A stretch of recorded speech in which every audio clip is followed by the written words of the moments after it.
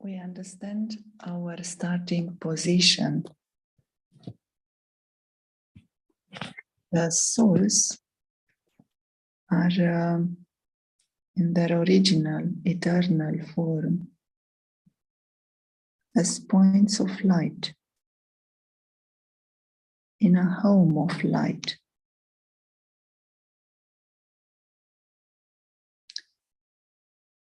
We represent the soul as a point of light, and these are the rays of light. We understand this is a spiritual light. It's invisible and subtle. In this home, souls are in a stage of silence.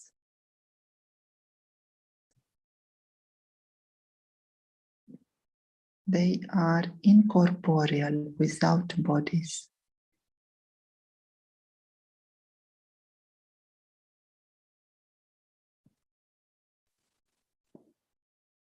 Here there is God. God is also a point of light. His form is the same as the form of the soul. Only his qualities are unique. From the home, the soul is coming down as a guest in the physical world and becomes associated with the body.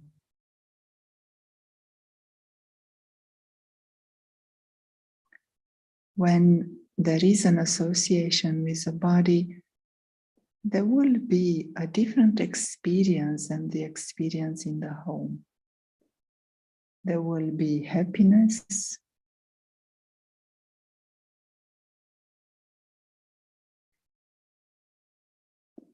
and there will be sorrow as well.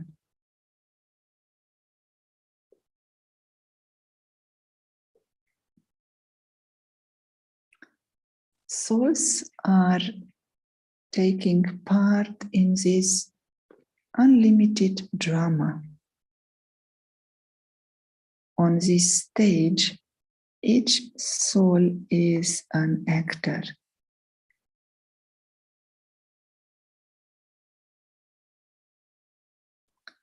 There are many roles, and each role is unique.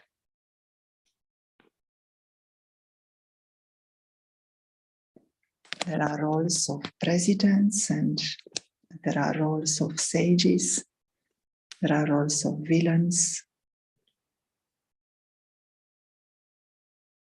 The souls are the actors that are playing these parts. In any drama, there has to be a coordinator. It is impossible for a drama, for a play, not to have a director.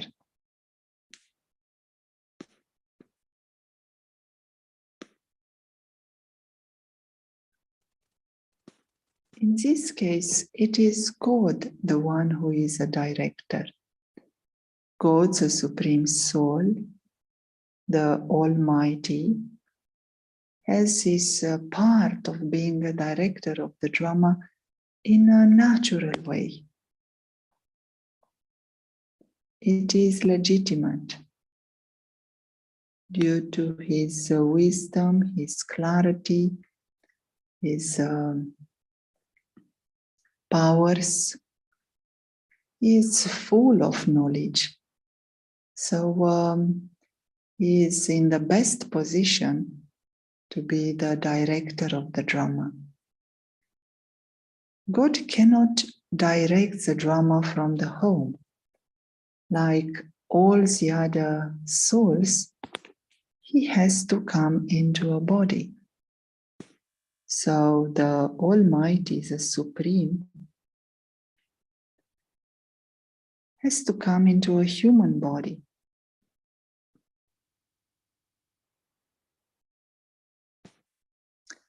And from this body, he is giving directions.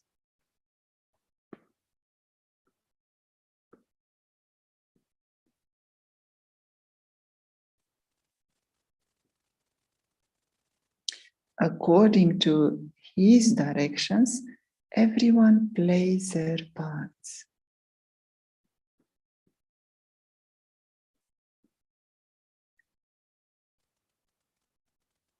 Those who are listening to the directions are playing their parts according to the will of the director. Those who do not listen to the directions, they will play their part according to their own mind. God's descent is changing the human souls. The first one that is impacted is a human soul whose body God is using. God is giving the name to this part, the name of Brahma. It is just a name. And it is unique in the sense that God's part is unique and God's descent is unique in only one body. So that soul who uses that body is also unique, plays a special part. It is a part of listening to the directions from God immediately, putting them into practice immediately. He is the one who inspires others to do the same. That soul behind the role of Brahma is the one who is doing first everything that God is asking. He can hear first the directions of God. He can put them into practice first. He can explain to others. He acts as a factor for great inspiration for others. That is why he is remembered in the cultures and the history of humankind as the first man.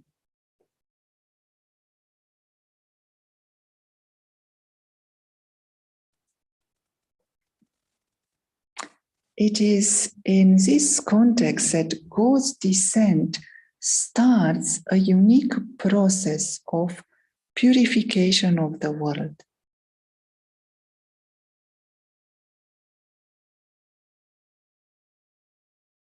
It is at this moment when the whole world is in sorrow, when in the drama everyone plays parts that are full of sorrow, and the souls, the actors have forgotten that they are not that part, so they are fully identified with that role.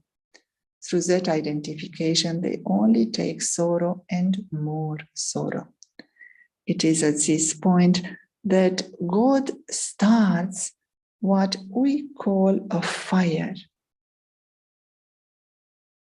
It is a fire of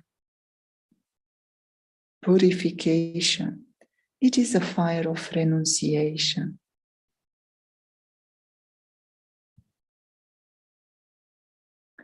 The renunciation that God is inspiring through his descent in the human world is a renunciation of the vices.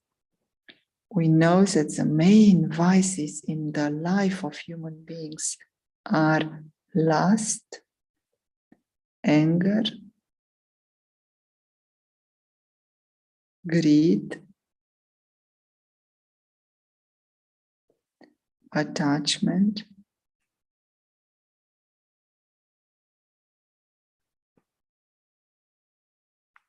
and ego. These are the dushman, these are the enemies of the human soul. They are the enemies of the whole world, and they live in the mind of human beings. It is God's descent that makes it possible for the fire of renunciation to start. God cannot inspire such a process of purification from the home. He has to come into the body, and he has to act on his own directions. He has to become an example. He has to be seen as an example of the highest renunciation. God himself never has any karma associated with the body, never has any vices associated with him. So he is ever pure. He doesn't have to renounce the vices because he never experiences the vices. However, his example of being ever pure, ever loving, ever knowledgeful, ever stable, it's of great inspiration for the humankind. And God's descent in the body, it's inspiring all souls that come into contact with him to start this process of purification. As we said, the first one who starts is the soul whose body God is using, the soul behind the role of Brahma.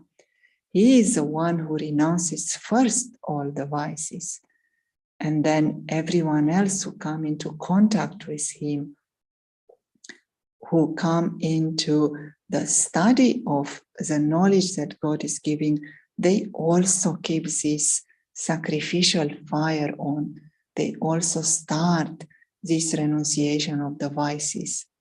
It is through this process of purification that the whole world transforms.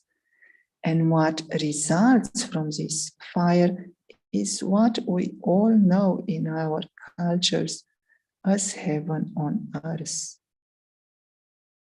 It is heaven, it is paradise, it is a world where legitimately souls are united, undivided, having the dharma of truth, having the religion of truth, and being constantly happy.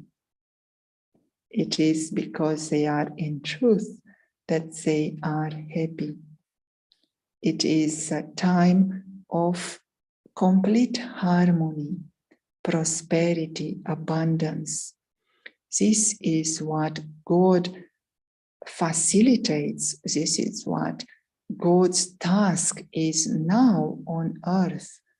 God's descent on the human body of the soul who is called Brahma allows us to get knowledge directly from God, to get the directions directly from the director, to follow that directions and to play our parts according to the directions of God.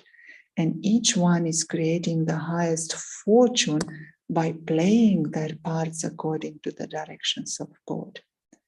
It is the beginning of a new day and the end of the night. It is a beginning of heaven. Thank you for listening.